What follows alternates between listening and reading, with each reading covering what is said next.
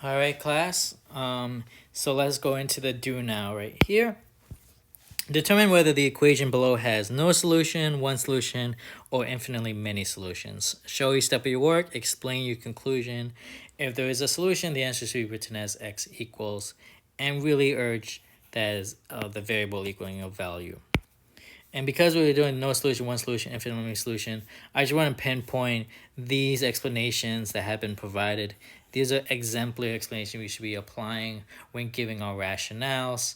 We have an equation that indicates whether it's one, no, or infinitely many, because the expression has different coefficients and different or the same constants, or the expressions have the same coefficients but different constants for no solutions, or for infinitely many solutions is that the expressions have same coefficients and constants. Really utilize that language while we're applying these problems. And so here, what we have here, we have a coefficient being multiplied by a quantity twice. And so what I want to do is multiply the coefficient to each term of that quantity. So I have negative 4 times 2x. It's negative 4, so minus 4 times negative 3, which equals negative 2 times negative 6, and negative 2 times positive 4x. Now I just multiply it out. Negative 4 times 2x is negative 8x. Negative 4 times negative 3 is positive 12. If this could just be set. Equals negative 2 times negative 6, positive 12. Negative 2 times positive 4, negative 8x. So at this point, I could honestly stop because I notice the coefficients are the same. Coefficients are the same. And looking at my constants, the constants are the same.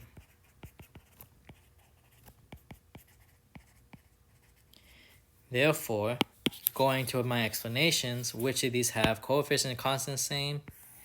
Infinitely many. Same coefficients, same constants. So I know there are infinitely many solutions. But let's try to solve it. Let's see how much we can get from this. Let me subtract 12x to both sides. Negative 8x equals negative 8x.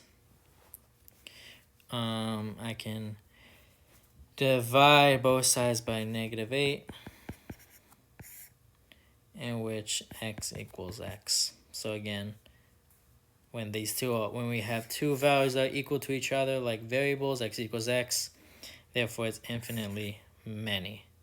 All right. Also, I could have done divide both sides by x, positive x, divide by positive x.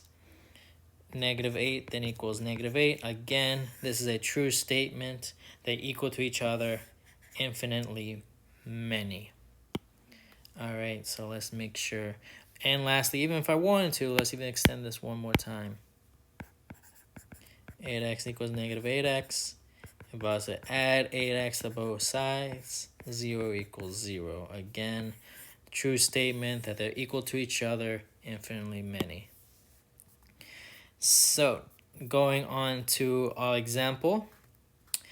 Right here, so 1.25 graphs, word problems, and y-intercepts. Here, the key thing I really want to stretch out is that this idea of slope has to deal with steepness. Okay, if the slope is greater than 1, the steeper it gets. So that is anywhere around this line. We're looking positives. Okay, this line is steeper than this, and this line is steeper. So the more steeper it is, the bigger the slope. The bigger the slope, the steeper it is. Versus the flatter line, the non-steepness is like flat. Flatter it goes. And that's when we have a line like the yellow line, we notice it's a fraction. So when the slope is in between 0 and 1, right, 0 less than an m with less than 1, if it's a fraction between 0 and 1, it's flatter, it's less steep, and ultimately it'll go to a slope of 0. All right. So now going to example 1, each graph in the linear equation y shows shown in the xy plane below. Determine the slope of each of the line. So for this one, I have my y-intercept, which is 0, 4, and my x-intercept, negative 5, 0.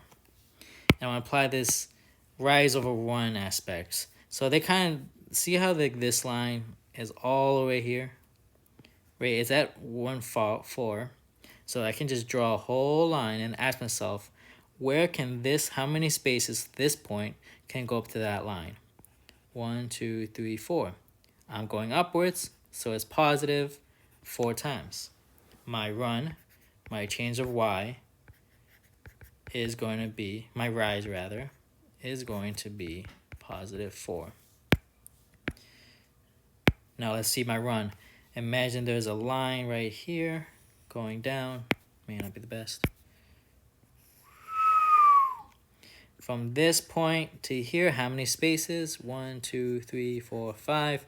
It's 5 spaces because I'm going to the right, because I'm going closer to 0, because I'm going closer to positive numbers. It's going to be positive 5. So my run is positive 5. Therefore, my slope is positive 4/5. Determine the y-intercept now. So let me just erase all of this. My y-intercept is indicated right here. Right? The y-intercept is 0, 4, or I write it as b equals 4. Either one will do. B is a variable for y-intercept, just like m is a variable for slope. So I can include that too. So now, what's our equation? Before we had what is like y equals kx, right? But now we're using slope, we're using y equals mx. And now that we're including y-intercept, we add that to it. So what used to be just y equals 4/5 x is now y equals 4/5 x plus 4. Again, the y-intercept is when it's the amount of points above the above the origin. Right here at 0, 0 is the origin. If here's a y-intercept, it's 4 units above the origin. That's why we add 4. All right. So that's our equation. Now, what is a new slope? G is each line if it's 3 times steeper. So that's where I want to have my slope is 4/5. We know this. If it's 3 times steeper, that means we multiply the slope by 3. Multiply by 3. There's a lot of mistakes that have been occurring here I've been noticing where like we have a result like 12/15, but that's incorrect because we do not multiply both numbers by that 3. So this is what I want us to do. We have our number, right? We take this whole number and change it into a fraction, 3/1. And now we multiply across. 4 times 3, that's 12. 5 times 1, that's 5. Notice how each time the denominator stays the same. That is what we're looking for. So therefore, the new slope of g, slope of g, equals 12/5. All right. Lastly, and this is very important.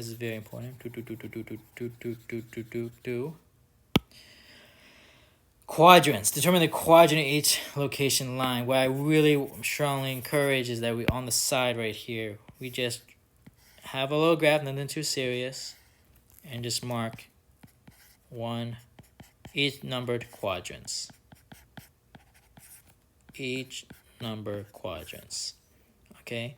So I can do it here as well, but just make sure you have it separately as a note.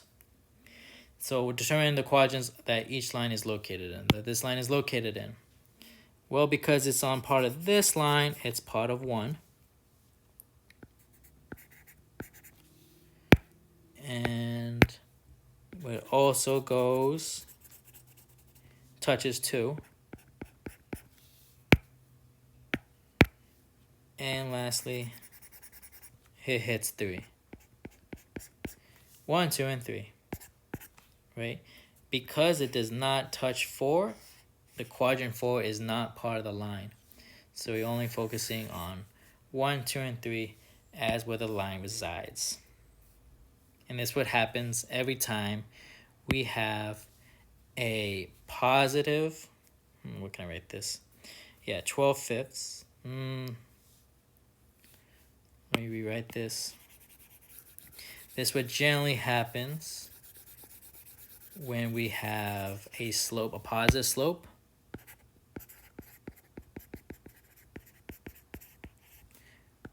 With a positive y-intercept. Okay.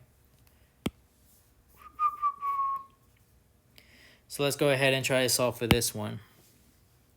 Each of the graph and the equation in the xy determine the slope of each line. So now we're dealing with points. I could use either or. I could use this and this as 1. I could use 0, -2, and 2, -5. What I strongly suggest is always use the one with zeros because there's less mathematical errors that can occur with 0. And it really doesn't matter, so I'll just do 2, 1 at this point. Because this slope will be the same throughout. So as long as you use 2 points, it really doesn't matter. So now I'm going to write -2, 1, and 0, 2. And so when I have y2 minus y1 equals x2 minus x1, be sure that I state my values. So x1, y1, x2, y2. Kind of similar colors. And so y2 is going to be 2 minus y1, which is 1, x2, which is 0, minus x1, which is -2. Not just 2, -2. And so now when I want to rewrite this 2 minus 1, that's just 1 here. When again, I'm subtracting a negative. And so it's very important to know when we subtract a negative, we're adding the values together. 0, whatever this number does not change. 0 does not change. Even if it doesn't have whatever number that is, that does not change. That stays the same. But just know that 0 plus +2. And so now we have 1 over 0, 2, 1/2. That is our slope. What is the y-intercept? So y-intercept, I want to look at the y-axis. That's this point right here. That's this line right here, our y-axis. Where does it hit the line? Right here, dot for us. Delete all this so we have a better view. And it's 0, -2. So y-intercept is 0, -2, where b equals -2. And here m equals 1/2. So then what is our equation? Y equals 1/2 x minus 2, where the coefficient, the slope is 1/2, the constant, the y-intercept is -2. So what is the slope of the line h when it's 3 times steeper? So let's again go back down here. This is our slope 1/2. If it's 3 times steeper, multiply by 3. Let's make that 3 into a fraction. And multiply across. 1 times 3 is 3. 2 times 1 is 2. 3/2. okay? And determine the quadrants that are located in. So I like to just draw this, I'm a visual learner like that. So straight off the bat, it does not hit 1. And let's see, it hits 4. It hits 3. And it definitely hits 2. So here's our quadrants. All right, we should all have that down. Very good. Thank you. Thank you. Going into example 2, as the winter is approaching, you're thinking about earning some money by shoveling staircases and walk paths. Francisco suggests you should charge $15 an hour with a mandatory $5 tip. While Stacy did this last year and either charged $20 an hour for an hour or $41 for 3 hours with a mandatory $8 tip. Create a rate change of each price and then compare the slopes of the two relationships. Create an equation of both deals. If the equation is graphed in the xy plane, what is indicated by the y-intercept of the graph? State the expression that could be used to determine how much you would need to pay. So here, let's find all points. Francisco suggests you to charge $15 an hour with a mandatory $5 tip. So $15 an hour, that's our rate. That's our 15x. And a mandatory $5 tip, that's initial value, so that's plus 5. Therefore, for Francisco, his equation is y equals 15x plus 5, where his slope is 15, his y-intercept is 5. Now let's see, for Stacy, did this last year, either charge $20 for 1 hour or $41 for 3 hours. So $20 for 1 hour, that's 21 comma 1. Or not, because again, time is always our independent variable. Time is always our independent, so that's our x. So therefore it's 1 comma 21. And 3 hours and $41 for 3 hours, therefore again 3 hours comma 41. Here are 2 points now for Stacy, and so we now can solve for that slope. 41 minus 21 over 3 minus 1, which comes to 20 over 2, which comes to 10. Now we don't just stop there. We don't just stop there because we need to get some context. It is $10 per hour. All right, and creating an equation, we now, with a mandatory $8 tip, we then y equals 10x plus 8. Here is our equation. Just like where m equals 10 and the y-intercept is 8. So that's part A. Part B, create equation of both deals. Good, we have the rate for both and compare. Well, if one is 15, the other is 10, then I guess Francisco charges a more expensive deal by $5. If the equation is graphed, then the xy wasn't indicated by the y-intercept of the graph.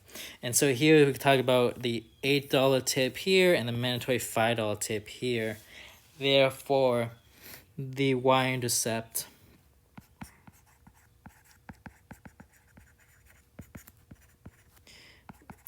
is the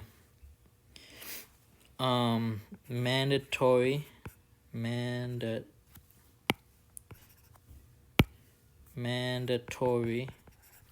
tip in dollars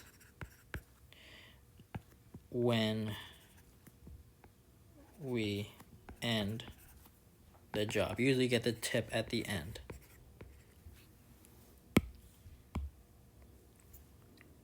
So now state the expression that could be used to determine how much you need to pay.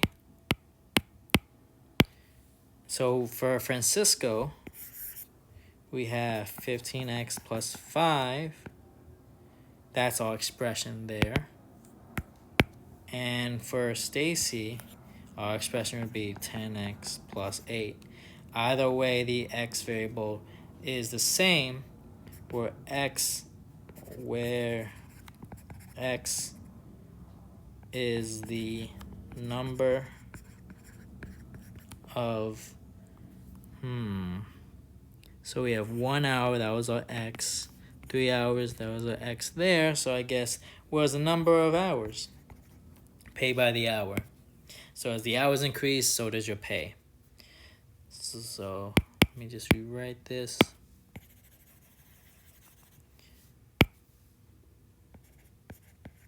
Where x is the number of hours. All right.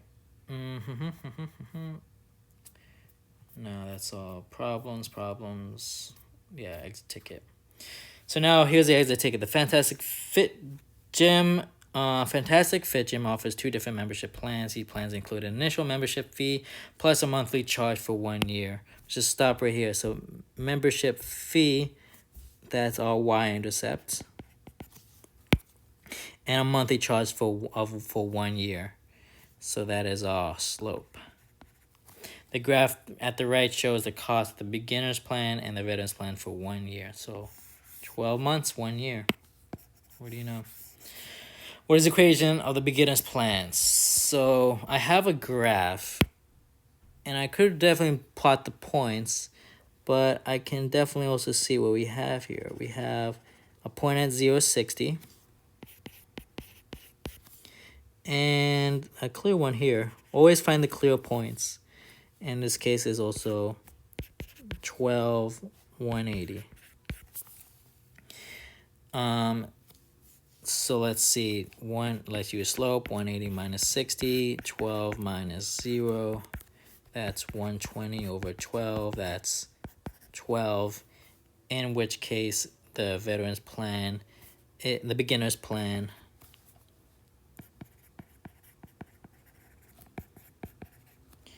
is $12 per month.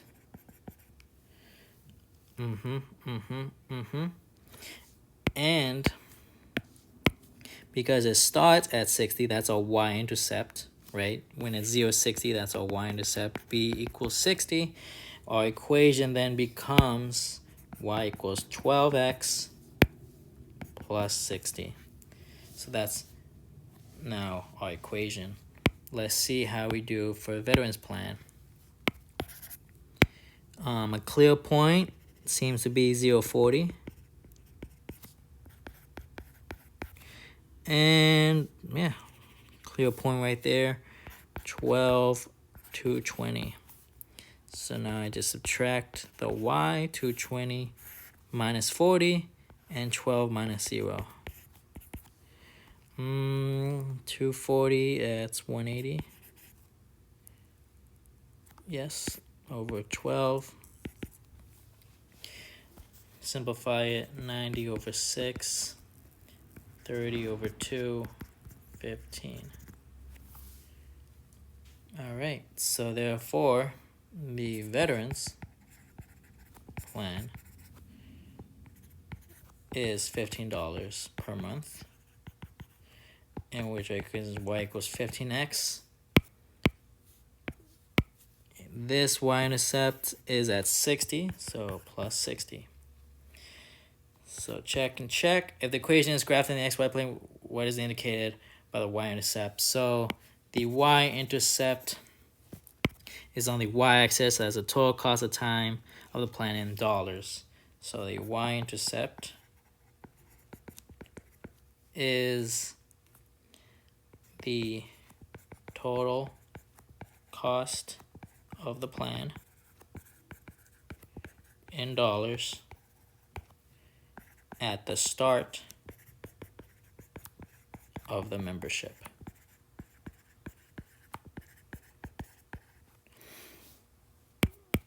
Okay.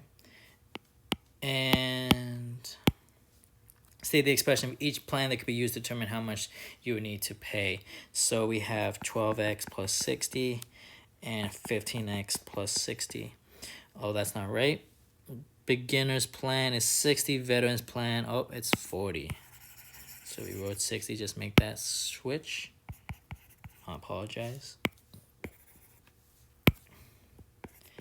in which where x is the number of months. If they give you a graph, number of months, if they give you a graph, look at the x-axis and that label. That'll be a great indication of what does the x represent. So where x is the number of months. Month 1, 2, month 3, month 4, months, etc., etc. All right, so that is all. Thank you. Hope this helps.